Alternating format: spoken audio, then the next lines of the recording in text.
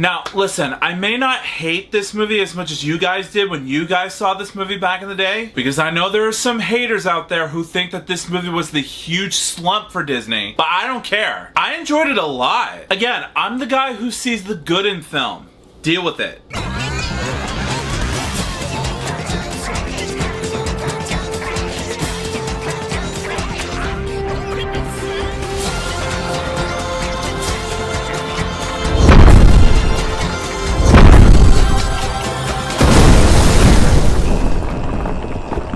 Yo, what is up, my Cinedroids? G to the S here. Today, I'm gonna be reviewing Disney's Dinosaur. Not the good dinosaur. In fact, I just did a review for that movie when I first saw the movie back in the day. This movie is about an Iguanodon named Aladar, voiced by D.B. Sweeney, who's raised by a family of lemurs. Their world has turned upside down, however, when meteors strike, turning their lush green world into a desert wasteland. Teaming up with a herd of other herbivores, the trek is on to find the nesting ground, where water and vegetation is bountiful, but with carnivores behind them and nothing but desert around for miles. It doesn't look promising, but they'll make it through by the end, right? First off, since this was a polarizing review to narrow down, I always discuss with the movie's use of CGI blending in with the film locations on set. When it comes to the film's camera work and cinematography, sure, it's highly dated now, but for its time, the CG dinosaurs look cool blending in with the real world. Sure, there were no actors involved in this film, why would they? But what I mean is that they filmed shots somewhere in, let's say, Florida or Hawaii, for example, and they added the CG dinosaurs within the film, and they used the effect of moving the rocks and the branches just a teensy bit to make it look like that they're actually touching the rocks on the beach or the logs in the jungle. And in terms of the film's execution, that creates this element of realism that adds to the environment that they're living in. Also, when it comes to the film's use of action sequences, there's a scene just about 17 minutes into the film where the meteors are raining down on their home island like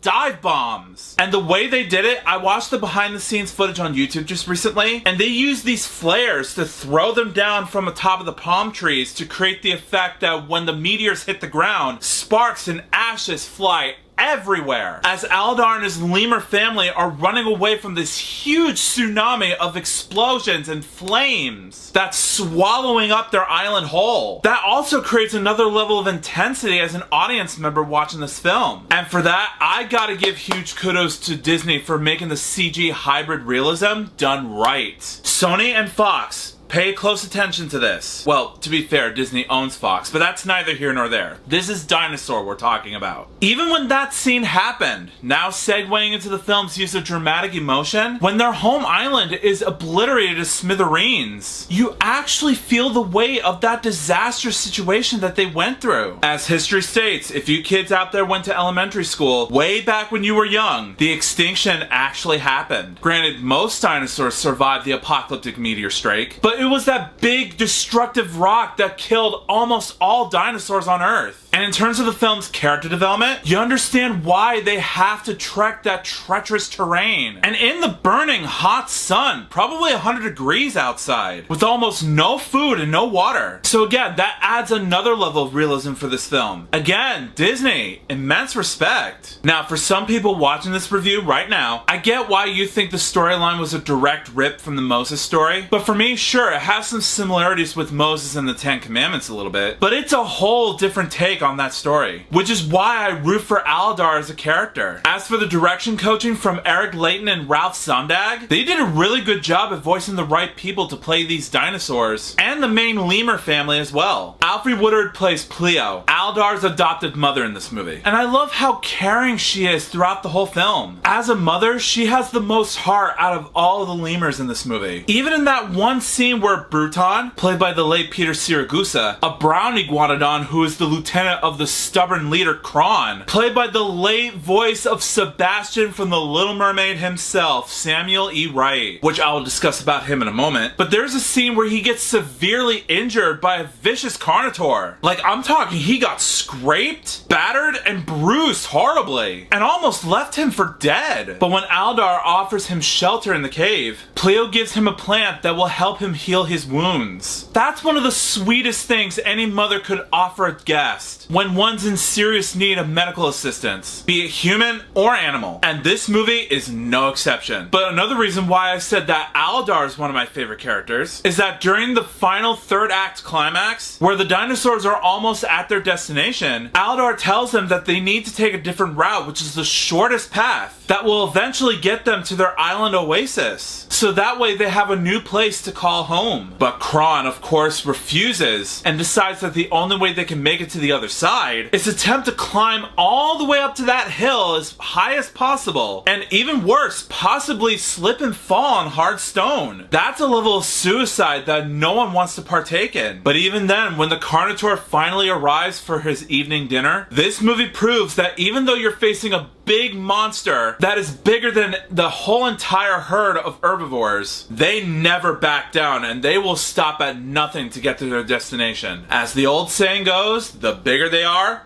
the harder they fall. Kudos to Disney for making the characters in this movie vulnerable, so that by the end of the film, they can come back strong. Keep up that awesome work. Now, if you guys do want me to nitpick, the one problem I had with this movie is that it was a lot shorter than what I thought it was gonna be. I was thinking it would be approximately 90 minutes or a little longer than that, but hey, I get that Disney wants to make this movie simple and straightforward. So other than that, guys, overall, in the end, I personally thought Dinosaur was a hidden gem for me. Sure, say all you want about the story, say all you want about the characters and the CGI and all that stuff, but I'm still not changing my opinion about the fact that I had an absolute blast with this movie. And as a result, I rate Disney's Dinosaur a 4.5 stars out of 5. Again, not the most perfect, but it's almost up there as being one of my favorite Disney movies in my personal opinion. For those of you who are interested in watching this film for yourselves, knock your socks off. But for the rest of you, you don't have to listen to me. Draw your own conclusions. So Disney's Dinosaur. Have you seen it? If you have, let me know in the comments what you thought about it. Do you agree with me? Do you disagree with me? Answers down below, please. Also, if you guys like this video and you want to see some more, make sure that like button shines in your face. That'll totally help me out a ton. Also, share it with your family and friends and favorite it. That's a very good way to show support for this review. Also, if you're new to my channel, make sure to subscribe and ring that bell right next to you so you can be notified of future videos that I have in store for you. Also, if you want a shout out in a future video, just follow me on my Instagram page and I will choose one of my Cinedroids to be displayed as a shout out. The link's in the description below. Also, you guys don't have to do this if you don't want to. I understand. But if there's a rare chance that you are interested in doing so, there's a little join button down below the video, just right next to the subscribe button. Or if you guys are watching this on an Apple device, there's the link in the description right there as well. So that way it'll make it easier for you if you guys are watching it on iDevice. But if you click on my join button or the link in the description, not only will you join my YouTube membership program, but you'll also have access to custom-made loyalty badges, custom-made emojis that I created for myself, and a special shout out from yours truly. So if you want to be mentioned in a video, just click on the link or click on the join button down below the video and become a member. It doesn't cost too much. It only costs about $2.99 a month to join. So make sure you click on the join button or click on the link in the description and become an OG Cinedroid in no time. Also, I set up a Patreon page for you guys to check out as well. There'll also be a link in the description so that way you can visit my page and gain access to up to 4 membership tiers. On my page, I post reviews a week early before you get to see them post on this channel. I'm also planning to do nerdy pop culture fan polls, book audio reviews,